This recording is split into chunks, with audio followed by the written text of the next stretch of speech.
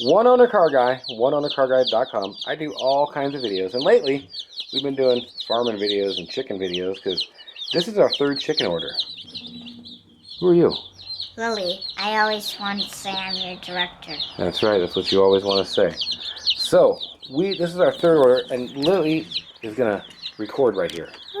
And I've got, use any kind of oil. Olive oil would be good. I've got different massage oils, beard oils.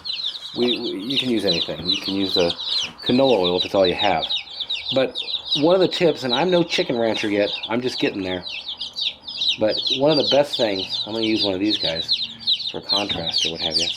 They get poopy butt or pasty butt. And if you could find a little butthole and put the, why don't you hold still for me? And put the little swab with the oil on it when they first arrive, they won't get it as much and they get stressed out, so they get poopy butt. Sometimes I get poopy butt when I get stressed out. But, you know, and then you want to dip their beak in the water to where they make sure that, oh yeah, he likes where that is. Bam, right to it. So, okay, well that's the thing. That's the tip of the day, is make sure and put the oil on their butthole when they get here. Because it'll save you some dead chicks. And we had a dead one on our first one where it got poopy butt. And then next thing you know, it got weaker and weaker and died.